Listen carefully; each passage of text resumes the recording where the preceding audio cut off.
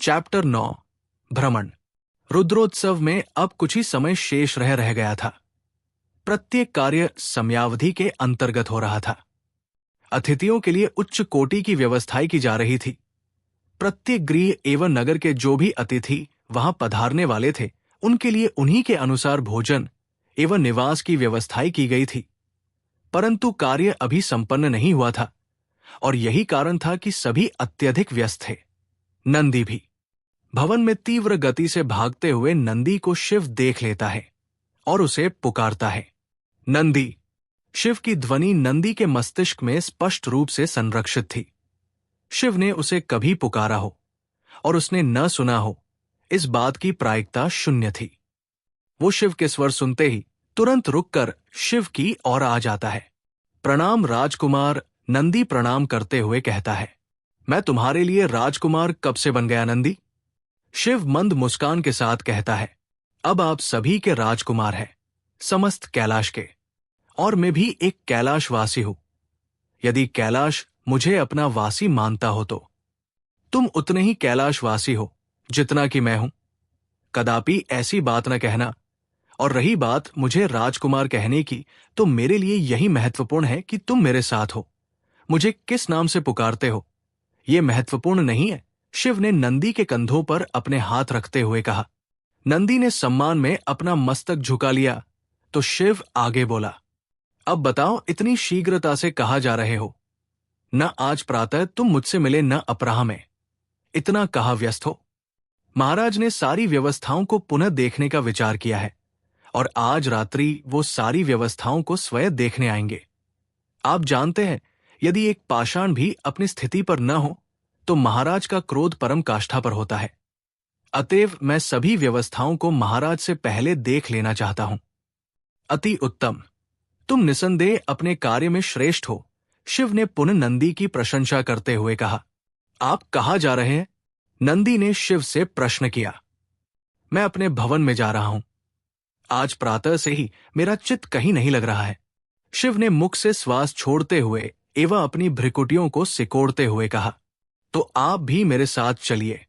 मैं आज आपको संपूर्ण कैलाश का भ्रमण करता हूं। नंदी ने उत्साहित होते हुए कहा, परंतु मैं वहां क्या करूंगा? शिव ने आधे मन से कहा, क्योंकि एक मन से वो भी जाना चाहता था। आप महाराज से पूर्व वहां चलेंगे तो कार्य को गति मिलेगी।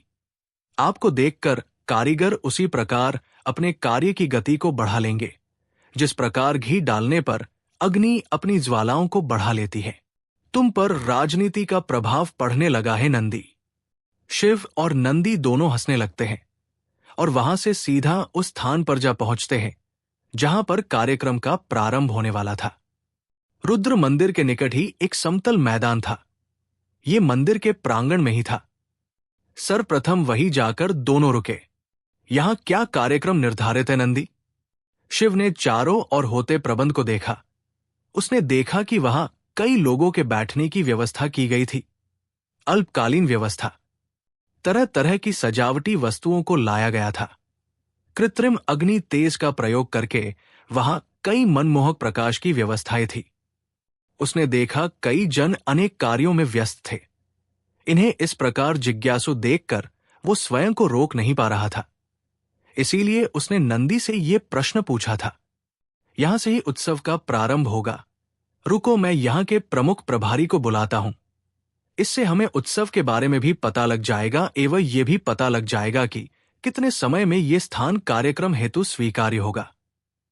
नंदी ने शिव को उत्तर दिया और इधर उधर देखा। उसके नयन किसी को ढूंढ रहे थे। नंदी बहुत समय से राजकार्य देख रहा था, तो अब वो सभी मंत्रियों और कार्यकर्ताओं को जानने लग गया था। इस कार्य में वो शिव के विपरीत था। नंदी ने अपने स्वर की सीमा की ऊंचा उठाते हुए पुकारा, विद्युत। कुछ ही क्षण में एक युवक उपस्थित हो जाता है। वो श्याम वर्ण का था। पित्त रंग के उसने वस्त्र पहने हुए थे एवं स्वर्ण आभूषणों से वो सुसज्जित था। श्याम वर्ण का होने के कारण उस पर स्वर्ण उसी प्रकार चमक रहे थे जैसे घोर रात्रि में तारों से प्रकाशमान आकाश में तड़ित उत्पन्न होने पर पूरा आकाश चमक उठता है। शिव ने देखा कि उसके गले के आभूषणों की चमक में स्वर्ण के अतिरिक्त और कुछ भी था। उनमें से विभिन्न रंग का प्रकाश निकल रहा था। उसके बाजूबंद भी उसी प्रकाश से प्रकाशमय हो रहे थे। शिव ने ऐसा पहले कभी नहीं देखा था। उसकी आंखें सुनहरे रंग की थी। मोहक छवि वाला वो युवक शिव के समक्ष हाथ जोड़कर उपस्थित हो गया। नंदी उसका शिव से परिचय कराते हुए बोला, ये विद्युत है। ये पाताल लोक के सबसे महान असुर मायासुर का पुत्र है। साज, सज्जा एवं किसी कार्यक्रम को कैसे लुभावना बनाया जा सकता है, ये विद्युत से अच्छा इस पृथ्वी पर कोई नहीं जानता है। पाताल लोक का होने के पश्चात भी विश्वकर्मा एवं मायासुर के पश्चात यही देवताओं चयन होता है।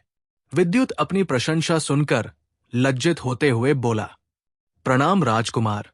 नंदी ने मेरी वास्तविकता से अधिक प्रशंसा कर दी। मैं अपनी पिता की दी हुई शिक्षा का ही प्रयोग कर रहा हूं। मेरा कैलाश में ये प्रथम अवसर है। मेरे पिताजी ही यहां आया करते हैं, परंतु वो कुछ समय से अनुपस्थित है। उनकी अनुपस्थिति को पूर्ण करने के लिए मैं यहां उपस्थित हो पाया। ये मेरा सौभाग्य है। नहीं तो मेरे भाग्य में इतनी सुंदर एवं विकसित सभ्यता देखना कहाँ लिखा था। परंतु जिसकी शिव के भीतर सबसे अधिक जिज्ञासा थी, उसने वही पूछा, ये आपने क्या पहना हुआ है, जिसकी चमक आंखों को इतना मोह रही है? विद्युत ने अपने आभूषण की ओर देखा और कहा, मैंने रत्नों को अत्यंत महीनता से काटकर इनके भीतर एक विशिष्ट धातु डाली हुई है, जिसे यंत्र द्वारा प्रकाशित किया हुआ है। यंत्र से ही ये समय पर अपना रंग बदल देती है। ये बहुत ही आकर्षक है। मुझे भी इसी प्रकार के आभूषण रुद्रोत्सव पर चाहिए। शिव ने विद्युत की ओर देखकर कहा, अवश्य, मैं आज ही आपके लिए ऐसे आभूषण निर्मित कर दूंगा। कार्यक्रम की व्यवस्था किस प्रकार की है विद्युत? तुम्हें ज्ञात होगा, आज महाराज इसका निरीक्षण करेंगे। नंदी ने वार्तालाप को आगे बढ़ाते हुए विद्युत से कहा, संपूर्ण कार्य समाप्त होने ही वाला है। उत्सव को आकर्षक बनाने की सारी व्यवस्था कर दी गई है। ये पृथ्वी पर होने वाला अब तक का सबसे विशिष्ट कार्यक्रम होगा। यहां इतना प्रकाश होगा कि स्वर्गलों की चमक भी इसके आगे कम प्रतीत होगी। इसी आशा से आपको यहां बुलाया गया है और हमें पूरा विश्वास है कि ऐसा ही हो। चलिए शिव, अब हमें यहां से प्रस्थान करना होगा। और दोनों वहां से चले जाते हैं। अब वो उस स्थान पर आते हैं जो इस उत्सव का सबसे महत्वपूर्ण अंग था। इस स्थान को देखकर ये बात स्पष्ट हो जाती थी कि प्रकृति स्वयं वो निर्मित कर सकती है, जो हमारी कल्पनाओं में भी हम निर्मित नहीं कर सकते। कई वर्षों पूर्व इस स्थान पर ज्वालामुखी हुआ करते थे, परंतु अब उसके द्रव्य से यहां एक चट्टान का निर्माण हो गया था, जो बहुत दूर तक फैली हुई थी एवं इसकी गहराई भी अधिक थी। इसी चट्टान के मध्य में एक अंडाकार रिक्त स्थान था, जो कि विशाल आकार का था। इस अंडाकार रिक्त स्थान के ऊपरी भाग में एक छिद्र था, जो कि पृथ्वी की सतह पर खुलता था, जिससे सूर्य की किरणें कुछ क्षण उसमें जाती थी। यही रिक्त स्थान था जहां चक्रभेदन होने वाला था, और उसी की व्यवस्था देखने हेतु शिव नंदी के साथ यहां आया था। इस रिक्त स्थान तक जाने का मार्ग कृत्रिम रूप से बनाया गया था। कुछ दूरी पर यहां तक आने के लिए सुरंगें बनाई गई थी, जिनमें से होते हुए कृत्रिम यान दर्शकों को यहां लाने का कार्य करता था। भीतर आने के बाद सर्वप्रथम उन्हें कुछ सैनिकों का दल दिखाई दिया, जिन्हें कदाचित ये ज्ञात था कि आज महाराज कार्य का अंतिम रूप देखने आएंगे, परंतु उन्हें ये आभास नहीं था कि उनसे पहले कैलाश के राजकुमार वहां आ जाएंगे। इसलिए उन्हें देखकर वो अचंभित थे। नंदी सेवकों की ओर देखा और कुछ संकेत किए। तुरंत संकेत को समझकर एक सैनिक बोला, वो मध्य भाग में है। इसके बाद उन्हें एक यान में बैठाया गया, जिसमें 2 ही लोगों के खड़े हो पाने की जगह थी। ये यान स्वचालित था। ये क्षैतिज गति करता था। पृथ्वी की साथ से कुछ ही ऊंचाई पर चलता था। यदि कुछ दूरी से देखा जाए तो आभास करना असंभव था कि वो सतह से ऊपर गति कर रहा है। उसके चलने से जो धूल के कण धरती से ऊपर उठते थे, वो इस बात को प्रमाणित कर रहे थे कि उस यान की गति तीव्र थी। कुछ ही क्षणों में वो उस रिक्त स्थान के मध्य में पहुंच गए। अब उनके समक्ष व्यक्ति था, जो कि आसान की मुद्रा में बैठा हुआ था। उसके दोनों हाथ घुटनों पर थे। हाथ की 3 अंगुलियां मुट्ठी में अंदर की ओर बंद थी, और पहली अंगुली और अंगूठे के बीच में एक पारदर्शी गेंद थी। ये वैसी ही थी जैसी शिव की शयन कक्ष में थी, बस आकार में ये उतनी बड़ी नहीं थी एवं ये श्वेत की जगह नीले रंग से प्रकाशित थी, जिन्हें वो व्यक्ति गोल घुमा रहा था। दोनों हाथों से वो ऐसा कर रहा था। उसकी आंखें बंद थी, उसकी बोहें लंबी थी, उसका माथा उसके नाक के आकार का था, जो कि किसी सुविचारक का प्रमाण होता है। उसकी नाक की मोटाई उसके नेत्रों के बराबर थे, जो इस बात को दर्शाते थे कि वो कितना शांत था। उसकी गर्दन थोड़ी लंबी थी, जो कि इस बात को प्रमाणित करती थी कि वो दूरदर्शी था। उसके कंधे चौड़े थे, जो बता रहे थे कि उसका शरीर बलिष्ठ था। उसके हाथों की अंगुलियां मोटी थी एवं हाथ की त्वचा मोटी थी, जो ये बता रही थी कि वो कर्मठ था और कुशल कारीगर था। उसने सर पर मुकुट धारण कर रखा था, जो कि किसी श्वेत धातु का बना हुआ था। कंठ में उसने मोतियों की माला धारण की हुई थी। उसमें एक तेज था, जिससे उसके शरीर से प्रकाश निकलता हुआ प्रतीत हो रहा था। वो स्वयं भी श्वेत वर्ण का था। उसके मस्तक पर त्रिपुंड बना हुआ था। वो युवा था, एक सुंदर और तेजस्वी युवा। नदी ने उसके समक्ष जाकर कहा, प्रणाम विश्वकर्मा। उसने अपनी आंखें खोली, जो हरी रंग की थी और भूरी फुटकियां थी, जो उसकी कला प्रियता को दर्शाती थी, साथ ही ये बताती थी कि वो विद्वान एवं विश्वसनीय भी था। वो अपने स्थान पर खड़ा हुआ और उसने शीश झुकाकर प्रणाम का उत्तर प्रणाम करके दिया। राजकुमार के दर्शन करके मैं धन्य हुआ, उसने शिव की ओर देखकर कहा। शिव ने आंखों को कुछ क्षण के लिए बंद करके अपनी गर्दन को थोड़ा नीचे की और झुकाया, जिसका अर्थ था कि वो इस बात के लिए आभार व्यक्त कर रहा था। आपको ज्ञात होगा, महाराज ने कार्य के अंतिम अन्वेषण का निर्णय लिया है। अतः मैं उससे पहले एक बार निश्चित करना चाहता हूं कि सब समाप्ति की ओर है।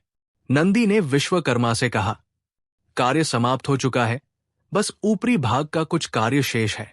मैं उसे ही पूर्ण कर रहा था। विश्वकर्मा ने बड़ी ही नम्रता से उत्तर दिया। परंतु आप तो ध्यानमग्न थे। नंदी ने आश्चर्यचकित होकर पूछा, और ये सत्य भी था? नंदी ने स्वयं उन्हें ध्यान अवस्था में देखा था। नहीं मान्यवर, मैं कार्य ही कर रहा था। मेरा कार्य इसी प्रकार संपन्न होता है, मुझे स्वयं कहीं जाने की आवश्यकता नहीं होती, विश्वकर्मा ने मुस्कुराते हुए कहा। इस मुस्कुराहट में उपहास नहीं था। आपकी बातें मेरी समझ के परे हैं। आप मुझे इतना बता दीजिए, क्या महाराज कार्य से संतुष्ट होंगे? नंदी के मुख पर असंतोष था। वो जानता था कि स्वयं महाराज ने नंदी को संपूर्ण कार्यों के देखरेख का दायित्व सौंपा था। वो इसे किसी भी अवस्था में संपूर्ण और सफल देखना चाहता था। कार्य पूर्णतया संपन्न हो चुका है महोदया। मुझे कोई उत्तरदायी नहीं होता। मेरा संपूर्ण कार्य मैं स्वयं ही करता हूं। यही कारण है कि मैं पूरे उत्तरदायित्व के साथ ये कह सकता हूं। महाराज संतुष्ट होंगे या नहीं, ये मैं नहीं कह सकता, परंतु मैंने अपना सर्वश्रेष्ठ देने का प्रयास किया है। ये स्थान बहुत पवित्र स्थान है। ये रुद्र की तपोभूमि है। यहां एक अलग ही ऊर्जा का प्रवाह है। इस स्थान के बारे में मैंने हमारी पुस्तकों में पढ़ा था। मुझे ये ब्रह्मांड का सबसे अद्भुत स्थान लगता है। यहां कार्य करके मुझे पता चला कि रुद्र ने यहां क्यों तपस्या की थी। शिव, जो कि अब तक केवल सुन रहा था, अब उसके मन में कई प्रश्न आ चुके थे, परंतु सभी प्रश्नों में से एक का चुनाव करके उसने पूछा, मुझे इस जगह के महत्व और आपके द्वारा यहां किए गए कार्य के बारे में विस्तार से बताइए। ये विश्वकर्मा की छवि एवं उसके शब्दों का ही प्रभाव था कि शिव ने उससे इतनी जिज्ञासा एवं रुचि के साथ ये प्रश्न पूछा था। नंदी भी जानता था कि ये बात शिव के स्वभाव से परे थी। वो इतनी शीघ्रता से किसी पर मोहित नहीं होता था और नहीं इतना वार्तालाप करता था। इस स्थान की महिमा का कोई अंत नहीं है। कई युगों पहले अग्न प्रदेश में स्थित सबसे बड़ा ज्वालामुखी अपने मुख से धधकती ज्वालाओं के साथ जलती धातुओं को समस्त दिशाओं में उगल रहा था। कई वनों एवं नगरों को अपने में सम्मिलित करता हुआ वो निरंतर आगे बढ़ता ही जा रहा था। उस समय यहां भी एक सुंदर वन हुआ करता था। इसी वन में ब्रिकंदु नामक एक ऋषि रहते थे, जिनकी मरुदमती नाम की पत्नी थी। दोनों ने पुत्र प्राप्ति के लिए रुद्र की तपस्या की थी। एवं उन्हें एक पुत्र भी प्राप्त हुआ था, जिसका नाम मार्कंडेय रखा गया था। उनका पुत्र पिता से भी बड़ा रुद्र भक्त था। वो सदैव उनकी तपस्या में लीन रहता था एवं उनके दर्शन करने की उसमें बड़ी लालसा थी। युवावस्था में उसकी ऐसी भक्ति देखकर सभी अचंभित रहते थे। एक वट वृक्ष के नीचे उसने अपनी तपस्या प्रारंभ की थी एवं इस समय उसने निश्चित किया था कि रुद्र के दर्शन के लिए ही वो अपने नेत्र खोलेगा। कई वर्षों तक उसकी तपस्या अनवरत चल रही थी।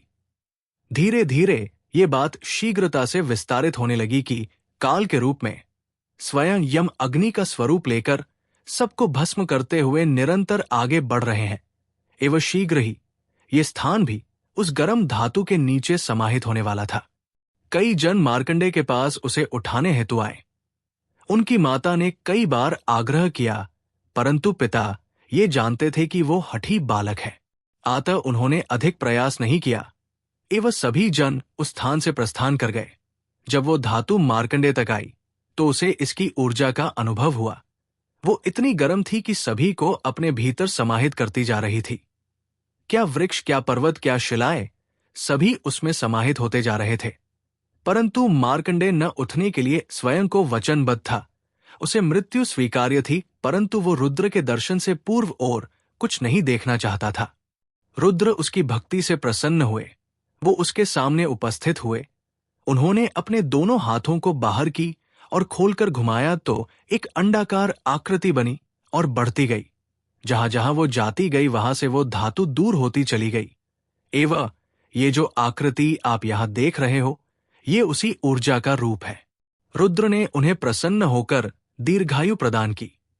जिस स्थान पर हम अभी खड़े हैं, यही वो स्थान है जहां वो वटवृक्ष हुआ करता था। इस स्थान में अनंत पवित्र ऊर्जा है।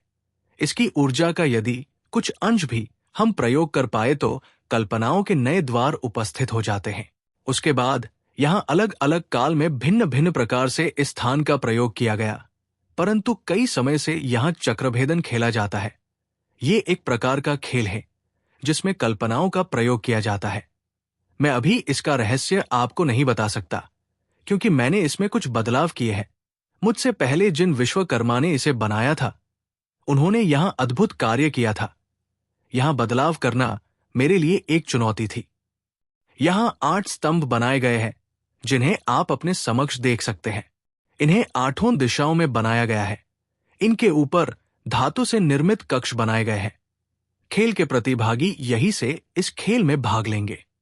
यहां 2 प्रकार में मुकुट मेरे द्वारा बनाए गए हैं। एक प्रतिभागियों के लिए है एवं दूसरा दर्शकों के लिए है, जो इसे पहनकर कल्पनाओं से निर्मित संसार को उसी प्रकार स्पष्ट देख पाएंगे जैसे कि आप मुझे देख पा रहे हो। कल्पनाओं के संसार से क्या तात्पर्य है? शिव ने अचंभित होकर पूछा। हमारे मस्तिष्क के भीतर एक अलग ही संसार चलता है राजकुमार। रात्रि में जब हम स्वप्न देखते हैं तो भी हम एक नए संसार की ही रचना करते हैं। यही रचना हम वास्तविक जीवन में भी कर सकते हैं। मंत्रों, यंत्रों एवं तंत्रों के द्वारा ये संभव है। मानसिक शक्ति से कई प्रकार की ऊर्जा का प्रयोग करके उन्हें विभिन्न ऊर्जाओं में परिवर्तित किया जा सकता है। ये केवल योग्यता पर ही निर्भर करता है। इन स्तंभों में जो कक्ष है, जो इसी ऊर्जा को नियंत्रित करने हेतु है। नंदी एवं शिव दोनों ही विश्वकर्मा की कही बात सुनकर पूरी तरह मंत्रमुग्ध हो चुके थे, क्योंकि उनके जीवन में न तो उन्होंने ऐसा कभी सुना था और न ही कभी ऐसा कुछ उन्हें देखने का अवसर मिला था। शिव की जिज्ञासा बढ़ चुकी थी। जिस उत्सव को वो अभी तक केवल अपने जन्म दिवस के रूप में देख रहा था, उसने पाया कि अब ये उससे कई अधिक था। वो रुद्रोत्सव का हर भाग देखने के लिए जिज्ञासु हो चुका था, परंतु उससे भी ज्यादा जिज्ञासा उसे किसी और वस्तु की थी, जो उसने स्पष्ट रूप से विश्वकर्मा से कह भी दी। हमें उस कक्ष में जाकर देखना है। ये तो मेरा सौभाग्य होगा, परंतु वहां बैठने के पूर्व आपको ये आभूषण एवं वस्त्र उतारने होंगे। आपको नए वस्त्र दिए जाएंगे एवं मुकुट, जो इस खेल का महत्वपूर्ण भाग है। इन्हें धारण करके आप कक्ष में जा सकते हैं, अन्यथा ये उस प्रकार कार्य नहीं करेगा जिस हेतु इसका निर्माण किया गया है। परंतु वस्त्रों एवं आभूषणों से क्या अंतर आ सकता है? शिव ने अपनी बोहों को सिकोड़ते हुए पूछा, जिसका अर्थ था कि वो इस बात का अर्थ नहीं समझ पाया था। हम जो भी धारण करते हैं वो हमारे शरीर का भाग बन जाता है, उसमें हमारा कुछ भाग संचित हो जाता है। हमारी त्वचा स्पर्श को अनुभव करती है, परंतु इसका वास्तविक ज्ञान हमें नहीं है। क्यों निद्रा में होने पर भी हम हमारे प्रियजनों का स्पर्श पहचान जाते हैं एवं दूसरों के वस्त्र पहनने पर हमारी सोच में अंतर आ जाता है। ये एक तरह का विज्ञान है। हम निश्चित ही कभी इस विषय पर चर्चा कर लेंगे, परंतु समय का अभाव होने के कारण अभी ये संभव नहीं है। वैसे भी ये हमारी अंतिम भेंट नहीं है, हम शीघ्र ही मिलेंगे। मुझे आपसे कई वार्तालाप करने हैं। विश्वकर्मा ने ये बात शिव को मार्ग में बताई, जब तक वो स्तंभों के पास पहुंच चुके थे। स्तंभों को देखकर शिव एवं नंदी बहुत ही आश्चर्यचकित थे, क्योंकि उन पर बहुत ही महीनता से कार्य किया गया था। भिन्न भिन्न प्रकार की मूर्तियां उन पर उकेरी थी। वो पूर्णतया लाल पाषाण का बना था, जो कि बहुत ऊंचा था, परंतु उस पर अंत तक वो मूर्तियां बनाई गई थी। यदि उसे पूर्णतया देखा जाए तो कई वर्ष उन्हें देखने में ही बीत जाए। उसी स्तंभ को विश्वकर्मा ने कुछ दिवस में बना दिया था। ये रहस्यमयी था। वहां एक श्वेत रंग की पट्टी लगी हुई थी। विश्वकर्मा ने शिव को उसे स्पर्श करने को कहा। शिव ने उस पर अपना हाथ रखा। ये उसके लिए कोई नया नहीं था, क्योंकि इस तरह की कई पट्टियां कैलाश में भी थी, और हुआ भी वही जिसका शिव को आभास था। वहां एक द्वार उत्पन्न हो गया। विश्वकर्मा ने कहा, यहां से अब आपको स्वयं जाना होगा। ऊपर जाने तक आपके पास वस्त्र बदलने का समय होगा। ऊपर कक्ष में एक मुकुट रखा होगा, जिसे आपको अपने मस्तक में धारण करना होगा। तत्पश्चात आपको वहां उपस्थित आसन पर बैठना है। बाकी कार्य स्वयं होने लग जाएगा। बस आपको एकाग्र होना है एवं अपने मस्तिष्क के भीतर देखना है। शिव ने हाँ में अपना शीश हिलाया एवं उसने द्वार के भीतर प्रवेश किया।